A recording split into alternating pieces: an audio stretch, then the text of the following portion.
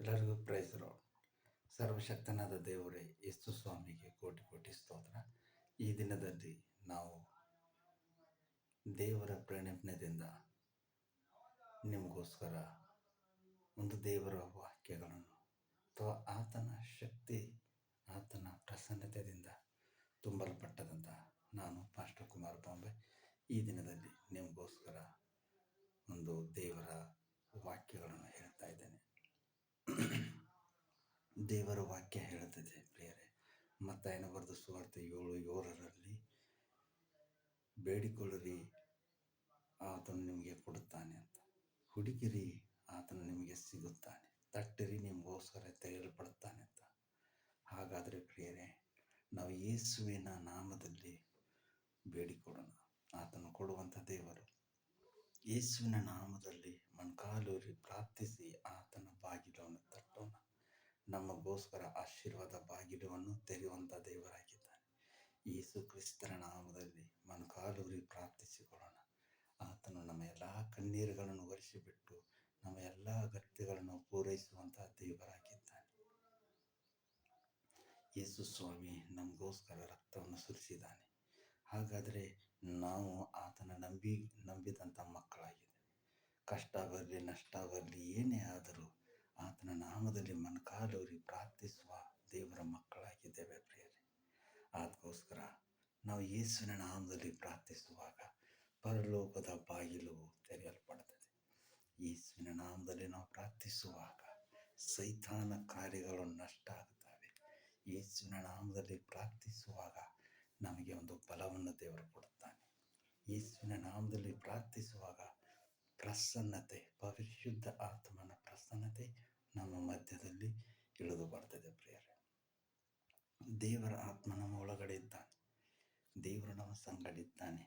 ಆದರೆ ನಾವು ಮನುಷ್ಯರಾಗಿ ಈ ಲೋಕ ಕಟ್ಟಕಡೆಯಲ್ಲಿ ಬಿದ್ದು ಕುಟುಂಬ, ಸಾಲ, ಇವೆಲ್ಲ ಹಣ, ಕೆಲಸದಲ್ಲಿ, ಬಿಸ್ನೆಸ್ದಲ್ಲಿ ದೇವರಿಗೆ ಸಮಯವನ್ನು ಕೊಡಲಾಗಿ ಆಗುವುದಿಲ್ಲ. ಆದರೆ ದೇವರಿಗೆ ಸಮಯವನ್ನು ಕೊಡಬೇಕು.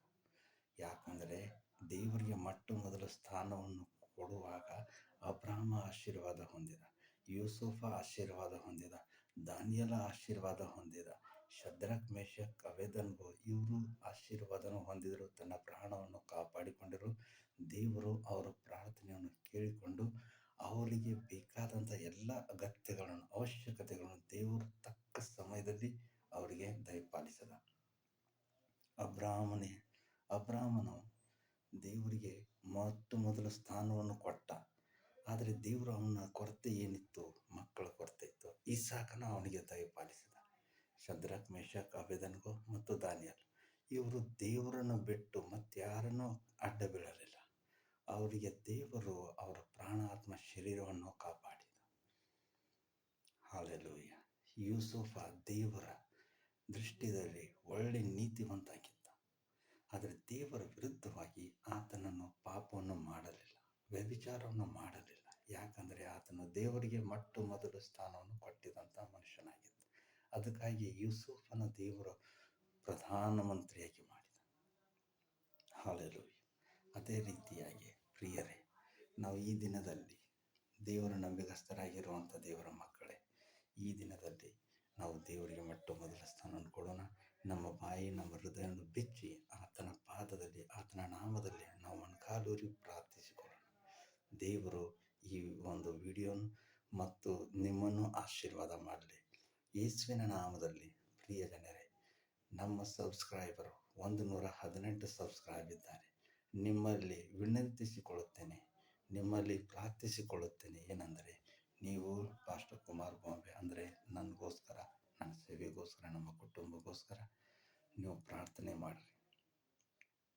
ನೀವು ಒಬ್ಬರಿಗೆ ಸಬ್ಸ್ಕ್ರೈಬ್ ಮಾಡಿರಿ ಅಂತ ಹೇಳಿದರೆ 118 ಡಬಲ್ ಆಗ್ತದೆ.